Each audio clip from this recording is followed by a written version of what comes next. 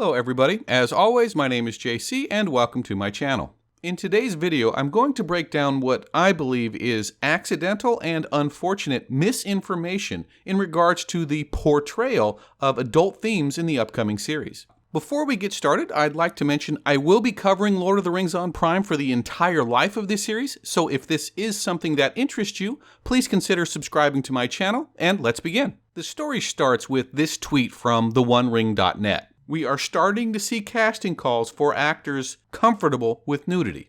I would have liked to have seen a reference to where they're seeing these casting calls, but theonering.net is a legitimate website that usually gets things right, and it's a tweet, so okay.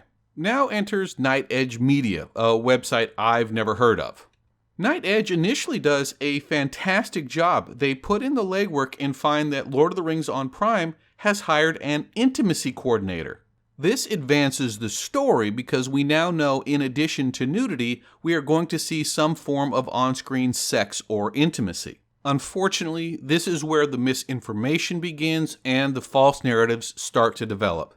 Night Edge goes on to state the following. It is a safe bet that Amazon Studios is looking to make their Lord of the Rings adaptation a hard R. This is of course in reference to the parental advisory rating of R, which is geared more towards adults and less towards families. Given how secretive the production staff has been to this point, this is a bold statement, and the only offer of proof they give to support this statement is the first line from the next paragraph. That line reads as follows.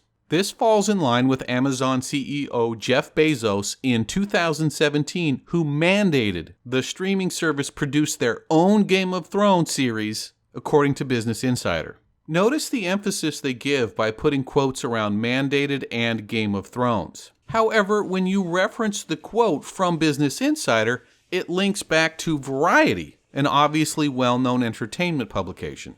According to Variety, here is that quote. The mandate from Jeff Bezos is clear, bring me Game of Thrones. The article goes on to elaborate. That's the word that has the creative community buzzing this week about a major strategy shift underway for Amazon Studios' original series efforts. The CEO of the e-commerce giant is said to have tasked Amazon Studios chief Roy Price with honing the focus on high-end drama series with global appeal. Amazon's decision this week to scrap plans for a second season of period drama Z, The Beginning of Everything, reflects the new marching orders. Obviously, I don't think any of this was malicious or even intentional, but I don't see anything here that reinforces the statement that this show is going to be a hard R, particularly with the contextual implication of gratuitous sexual content. As I read the article, I take from it high-end drama and global reach. Harry Potter had global reach, and I don't remember Weasley going full Jaime Lannister and raping his sister on the corpse of their dead son. Breaking Bad was obviously high-end drama, and there wasn't a single character in that show you wanted to see naked. Well, Marie was kind of hot, but you get my point. With the information at hand, the resulting problem now becomes a little easier to see. The source material for both stories from both sources references the show moving towards Game of Thrones. As the stories propagated across the internet, so too did the Game of Thrones narrative, despite the fact it's not necessarily grounded in solid facts. Finally, I want to take a moment to defend both the producers and the fans. From the perspective of the showrunners, fans are reacting to something where they have no context.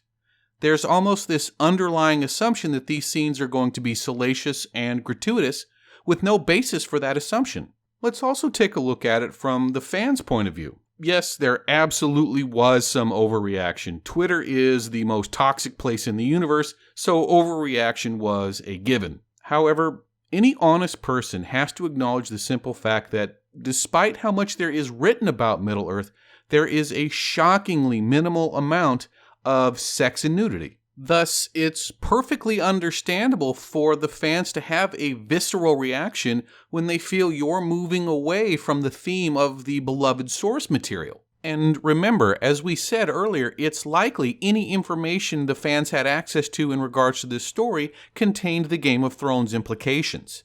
Lastly, Amazon paid $250 million for this license, primarily because of the existing fan base. Remember, Amazon is marketing to them, So in my mind, that does give the fans some agency in terms of what they want and what they're willing to buy. And that's it, everybody. Again, I will be following the show for the life of the series, so if this is something that interests you, please consider a like or a subscribe, and I will catch you next time.